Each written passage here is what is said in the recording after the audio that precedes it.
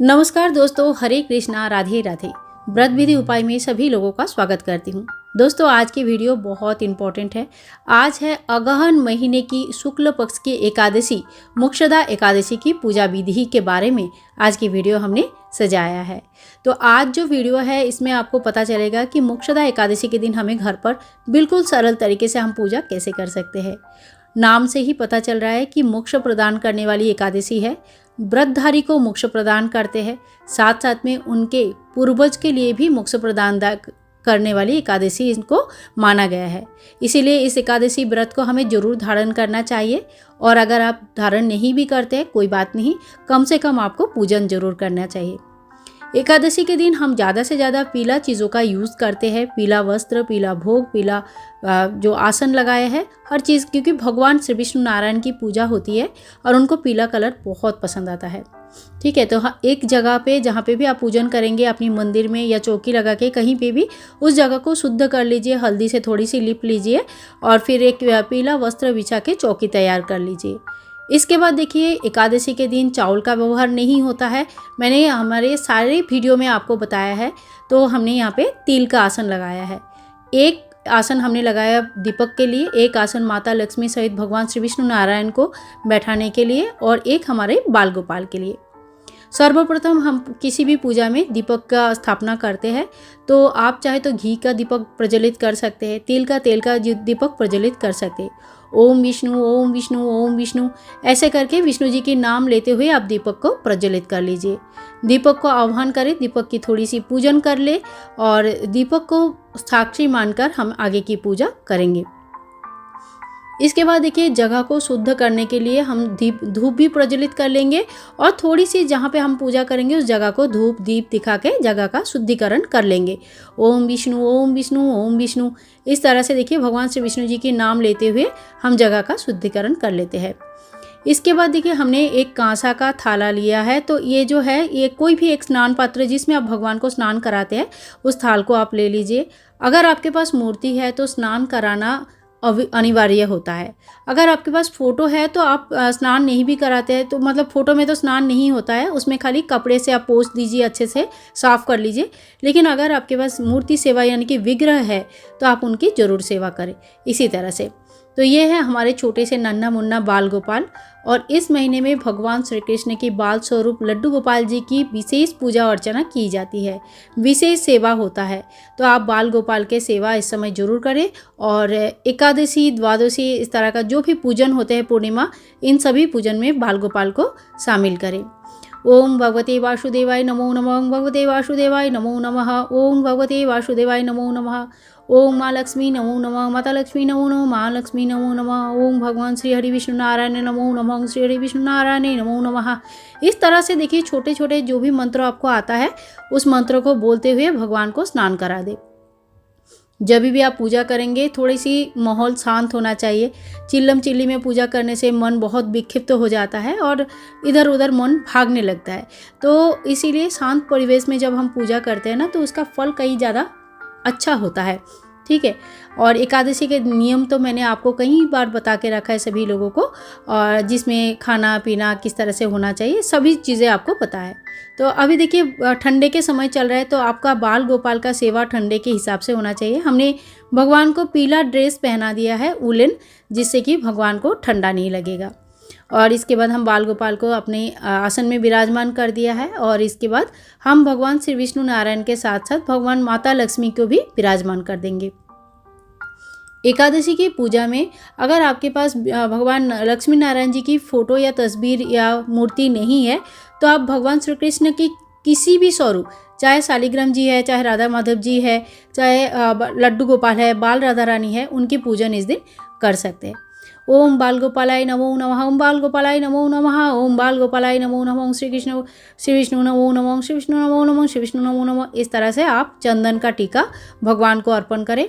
माता लक्ष्मी को हम रोली या सिंदूर का टीका अर्पण करेंगे। जय माँ लक्ष्मी, जय माँ लक्ष्मी, जय माँ लक्ष्मी। लक्ष्मी जी के आशीर्वाद की प्राप्ति के लिए आप माता को इत्र जरूर अर्पण करें। ठीक है, इसके बाद देखिए, हमने भगवान को फूल चढ़ाना ही है। फूल में क्या करेंगे, हम थोड़ी सी यहाँ पे जो हमारे पास ये है ना चंदन लगाएंगे। चंदन, ओम गंधम समर्पयामि, ओम गंधम समर्पयामि, ओम गंधम समर्पयामि। सबसे पहले हम गंध को मतलब सुगंधि समर्पयामि करते हैं, सो मतलब सुगंधि को भगवान को अर्पण करते हैं।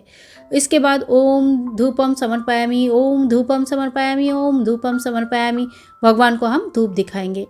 इसके बाद देखिए दिया हम ले लेंगे, लेकिन दिया को ऐसे हाथ से डायरेक्ट नहीं लिया जाता है, तो एक थाल ले लेंगे, थाल के ऊपर एक फूल ले लेंगे और फिर दीपक को हम यहाँ पे रख देंगे। ठीक है। ओम दीपम समर्पयामि, ओम दीपम समर्पयामि, ओम दीपम समर्पयामि। इस तरह से भगवान को दीप दिखा देंगे। पंचोपचार पूजा करके आपको दिखा रही हूँ मंत्र के साथ, कृपया ध्यान से देखिए तो आपको बहुत अच्छा लगेगा। इसके बाद देखिए चंदन का माला भगवान को बहुत प्रिय होते हैं, तुलसी माला बहुत प्रिय होते हैं। आपके पास अगर चंदन की माला, तुलसी माला है तो भगवान को जरूर अर्पण करें। यहाँ पे मैंने बाल गोपाल को चंदन की माला अर्पण किया है। ओम बाल गोपालाय नमो नमः। भगवान श्री विष्णु नारायण को जेनोई अर्पण करेंगे, पीला जेनोई अर्पण करेंगे। ओम विष्णु ओम विष्णु ओम विष्णु। इसी तरह से भगवान जी को जेनोई अर्पण करेंगे। माँ लक्ष्मी को हम यहाँ पे चुनरी अर्पण करेंगे। जय माँ लक्ष्मी, जय माँ लक्ष्मी, जय माँ लक्ष्मी। घर में धन धान्य की कभी कमी ना हो, घर में कभी कोई क्षुधार्थ ना रहे, भूखा ना रहे। कोई भी भूखा को हम हमेशा खाना देने के लायक बने, ऐसा मन बनाओ, ऐसा धन बनाओ कि हम कभी भी किसी को खाली हाथ ना जाने दे। माता लक्ष्मी की विराजमान रहे हमेशा हमारे घर में, हमेशा रहे। माँ लक्ष्मी को इसी तरह से आपको आह्वान करनी है।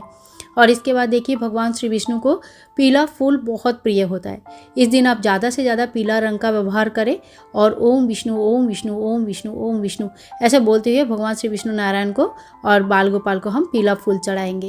और अगर आपके पास लाल फूल है तो माता लक्ष्मी को आप लाल फूल चढ़ाएं। मेरे पास लाल गेंदा ही है तो इसीलिए यही मैं माता लक्ष्मी को चढ़ा रही हूँ। लेकिन माता लक्ष्मी को जो सबसे प्रिय फूल है वो है कमल का फूल। अगर कमल का फूल नहीं मिलता है तो आप गुलाब का फूल चढ़ाइए। लाल फूल माँ को बहुत प्रिय होता है। जय माँ लक्ष्मी। इसके बाद देखिए इस तरह से जो थोड़ी सी तुलसी दल आप ले लीजिए जिसमें मंजरी लगा हुआ है, ये बहुत अच्छा रहता है। मंजरी सहित अगर कोई तुलसी दल भगवान श्री विष्णु जी को हम अर्पण करते हैं तो बहुत अच्छा होता है। इसमें हम लगाएंगे थोड़ी सी चंदन। तो जो चंदन हमने घोल के रखा है उसी चंदन से थोड़ी सी हम चंदन लगा लेंगे और जितनी बार भी चंदन का टीका लगाएंगे, श्री विष्णु नमो नमः, श्री विष्णु नमो नमः, श्री विष्णु नमो नमः, श्री विष्णु नमो नमः, तुलसी दल समर्पयामि। इसी तरह से तुलसी दल को समर्पण कर भगवान को अर्पण करें और भगवान, हे भगवान हमारी पूजा आप स्वीकार करो। जितना हो सके हम अपनी तरफ से छोटी सी एक पूजा कर रहे हैं, आप इनका जरूर स्वीकार करें। इसके बाद देखिए आज के दिन कोई भी अन्न का भोग नहीं लगाया जाता है, पीले चीज़ों का भोग लगाया जाता है। सीताफल माता रानी को बहुत प्रिय है, माता लक्ष्मी को, तो माता के लिए हम सीताफल का भोग लगाए। भगवान श्री कृष्ण और भगवान श्री विष्णु के लिए केले का भोग लगा है, पीला फल का केले का भोग लगाया जाता है। इसके बाद देखिए इस समय ठंडे का समय होता है तो बाल गोपाल के लिए आप ड्राई फ्रूट्स का भोग लगा सकते हैं, कुछ मीठा चीज़ों का भोग लगा सकते हैं। मैंने यहाँ पे थोड़ी सी जो है ना ड्राई फ्रूट्स का भोग लगाया। भोग लगाने के बाद हमें जल भी अति अवश्य ही लगाना है। ओम श्री विष्णु नमो नमः, श्री विष्णु नमो नमः, ओम श्री विष्णु नमो नमः।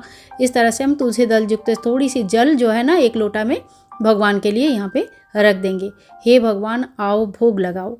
इसी तरह से देखिए भाव का पूजा करें। हम गृहस्थ इंसान हैं, हमें बहुत ज़्यादा मंत्र आदि तो नहीं आता है, लेकिन हाँ दिल से जो पूजा करते हैं, बिना मंत्र का भी पूजा करते हैं तो भगवान उनका सुनते हैं। माँ बच्चे किसी भी रूप में कैसे भी बुलाते हैं, माँ को तो उसकी आवाज़ आती ही है और उसके दिल की आवाज़ सुनते ही है। इसी तरह से भगवान भी हमारे बातें सुनते हैं। आप एकादशी महात्म्य जो बुक होता है सबके पास होंगे, और अगर नहीं होंगे तो देखिए हमने भी चैनल में एकादशी महात्म्य सुनाएंगे तो आप वहाँ से भी सुन सकते हैं। नहीं तो देखिए यहाँ पे बुक में दिया रहता है, आप यहाँ से ज़रूर पढ़ लीजिए। अगर सुबह पूजा कर रहे हैं तो सुबह पूजा के बाद पढ़ सकते हैं, और अगर समय नहीं है, ऑफिस जाना है, बहुत ज़्यादा आपको टाइम नहीं मिल रही है तो आप शाम के समय भी पढ़ सकते हैं। हाथ में थोड़ी सी जल तिल और फूल लेके आप इस बुक को खोलिए और इसमें मोक्षदा एकादशी का सभी प्रकार के एकादशी का व्रत कथा दिया हुआ है। सबको घर के सभी मेंबर के साथ एक साथ बैठ के एकादशी का कथा पढ़ लीजिए। अब जो एकादशी का कथा होने के बाद बुक को हम यहीं रख देंगे, फूल को हम बुक के ऊपर रख देंगे और जय माँ लक्ष्मी, जय श्री भगवान विष्णु नमो नमः, ओम बाल गोपालाय नमो नमः सभी भगवान को एक बार प्रणाम कर लेंगे। इसके बाद हम आरती कर लेंगे। कपूर की आरती आप कर सकते हैं, दीप जलाकर भी आरती कर सकते हैं, घी का दीपक का, तिल का, तेल का दीपक का, कपूर का आरती कर सकते हैं। चाहे तो आप एकादशी के दिन छोटी सी हवन भी कर सकते हैं। तो देखिए जैसे आपका पास समय है और जैसा आपका श्रद्धा है इस हिसाब से आप पूजा कर सकते हैं। जय गोपाल जय गोपाल जय गोपाल, जय माँ लक्ष्मी जय माँ लक्ष्मी जय माँ लक्ष्मी, जय भगवान श्री विष्णु नमो नमः, जय भगवान श्री विष्णु नमो नमः। सभी भगवान का आरती आता है तो आप आरती कर लीजिए, नहीं भी आता है तो मोबाइल में लगा लीजिए, आरती सुन लीजिए और दीपक को इस तरह से माता के सामने घुमाते हुए आरती कर लीजिए। माता लक्ष्मी को घंटी की आवाज़ बिल्कुल पसंद नहीं है, तो माता लक्ष्मी की जब पूजा करेंगे घंटी ना बजाए, इस बात का ध्यान रखें, ठीक है। तो इसीलिए मैंने यहाँ पे पूजा में घंटी यूज़ नहीं किया है। आप लोगों को भी थोड़ा सा मैंने आरती दिखाया, ज़रूर ले लेना।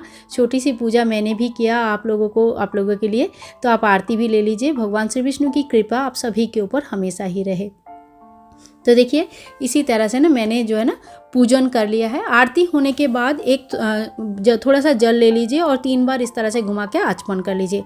इसको आरती को शांत करना कहते हैं, ठंडा करना, और आरती इसी तरह से ठंडा हो जाता है, शांत हो जाता है। तो देखिए इसी तरह से बहुत ही सरल विधि से हमने पूजन कर लिया है। और जो भी सामान है, भोग प्रसाद आदि है, अगले दिन आप उसी दिन घर के बाकी मेंबर को दे सकते हैं। और इसी तरह से ना आपको पूजा करनी है। और चौकी लगा के अगर आपने पूजा किया तो चौकी अगले दिन उठा सकते हैं, अगर उसी दिन नहीं उठाते हैं तो, क्योंकि एक ही दिन में चौकी नहीं उठाना चाहिए। रात्रि जागरण करना चाहिए, हरि नाम जप जरूर करें। और अगर वीडियो आप लोगों को पसंद आती है तो प्लीज़ एक लाइक ज़रूर कर दीजिए। आप लोग लाइक करते हैं तभी हमें पता चलता है कि आपको वीडियोस पसंद आ रही है। थोड़ा बहुत कमेंट्स भी कर दीजिए, आपके कमेंट्स मुझे बहुत अच्छा लगता है पढ़ना। मिलते हैं नेक्स्ट और एक वीडियो के साथ, तब तक के लिए हरे कृष्णा, राधे राधे।